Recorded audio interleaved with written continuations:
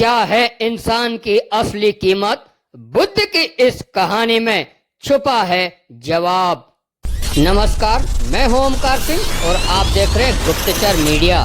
सोमवार को आष्टा नगर में भगवान बुद्ध की जयंती के अवसर पर शोभा यात्रा निकाली गई। आपको बता दें, गौतम बुद्ध को भारत के महान संतों और आधुनिक गुरुओं में स्थान प्राप्त है। उन्होंने सत्य, अहिंसा, शांति और करुणा का संदेश देकर पूरी दुनिया को मार्गदर्शन दिया है। उनके जीवन से जुड़ी कई कहानियां आज भी लोगों को प्रेरणा देती है। वहीं इस जयंती के दौरान आष्टा अंबेडकर भवन में भगवान बुद्ध की प्रतिमा भी स्थापित की गई। इस अवसर पर आष्टा विधानसभा के क्षेत्रीय विधायक गोपाल सिंह इंजीनियर भी अंबेडकर भवन आष्टा पहुंचे। तथागत गौतम बुद्ध की प्रतिमा के चरणों में पुष्प अर्पित कर उन्हें नमन किया। वहीं बाबा साहब की प्रतिमा के चरणों में भी माल्य अर्पण कर उन्हें नमन कर श्रद्धा एवं उत्साह के साथ भगवान गौतम बुद्ध की जयंती मनाई गई। इस दौरान एक सभा का भी आयोजन किया गया। वहीं सभा में सभी उपस्थित मंचासीन अतिथियों ने भगवान गौतम बुद्ध के जीवन पर प्रकाश डालते हुए कहा कि भगवान गौतम बुद्ध एक धर्म ही नहीं बल्कि एक शिक्षा है। वहीं विधायक गोपाल सिंह इंजीनियर ने सभा को संबोधित करते हुए अंबेडकर भवन में 11 लाख रुपए अनुदान देने की भी घोषणा की। आज डॉक्टर बी.आर. अम्बेडकर विचार संकल्प सोशल वेलफेयर सोसाइटी के द्वारा आयोजित भगवान गौतम बुद्ध की जयंती के कार्यक्रम में आदरणीय साथियों, कार्यक्रम काफी समय से चल रहा है। बहुत धूप भी है। हमारे सोलंकी साहब जो कि लेबर इंस्पेक्टर रह के अपने काफी उन्होंने शासन की योजनाओं का लाभ लोगों को दिलवाया और आज देखो भाषण देकर बीच में जाके बैठे। माता बहनें भी हैं, बच्चे भी हैं। आज पूरा देश भगवान गौतम बुद्ध की जयंती मना रहा। उनकी जयंती और उनको ज्ञान प्राप्त हुआ और उनका परिनिर्माण, ये तीनों चीजें एक ही तिथि में हुई। सावन की जो पूर्णिमा है, जो आज का दिन है, आज ही उनका जन्म हुआ था लुम्बिनी में, लुम्बिनी जगह जो कि आज नेपाल में है। वहां पे उनका जन्म हुआ था। राजकुमार के रूप में थे वो, उनके पिताजी राजा थे।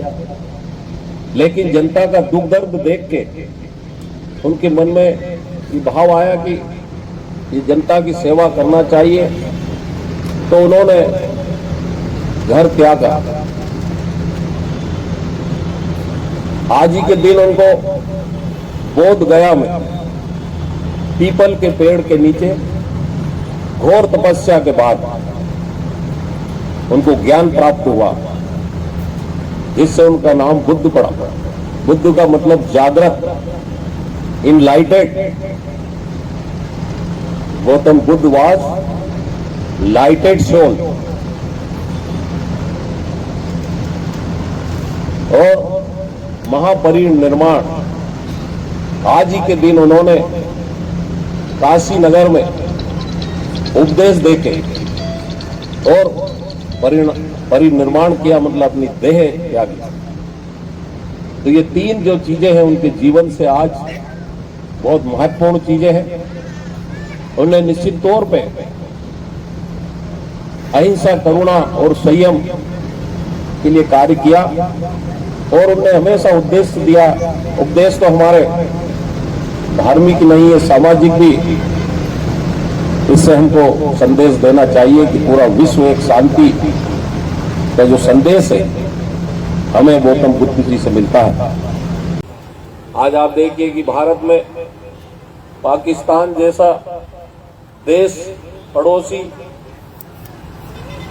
उसके पोषित आतंकवादियों ने 22 अप्रैल को 26 लोगों को निहत्थे लोगों को गोली मारी और धर्म पूछ के गोली मारी, जाति पूछ के गोली नहीं मारी। उसका बदला सिंदूर ऑपरेशन करके और हमारे देश की सेना, तीनों सेनाओं ने लिया। जैसे श्री प्रधानमंत्री जी के नेतृत्व में हम इस घड़ी में सभी एकजुटता का परिचय दें और हम सब विश्व को ये शांति दें, क्योंकि पूरा विश्व भी भारत की ओर ही देख रहा है कि यदि शांति पूरे विश्व में कर सकता है तो भारत कर सकता है।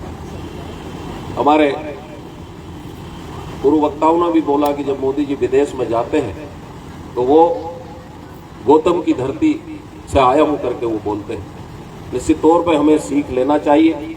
आज हम साइंस एंड टेक्नोलॉजी के युग में हैं साथियों, हम बहुत आगे हैं और हमारे समाज ने, लोगों ने तरक्की भी करी है। शिक्षा के क्षेत्र में हो चाहे व्यापार के क्षेत्र में हो, ऐसे ही आप आगे और भी बढ़ते रहें, हमेशा इन चीजों को रहे।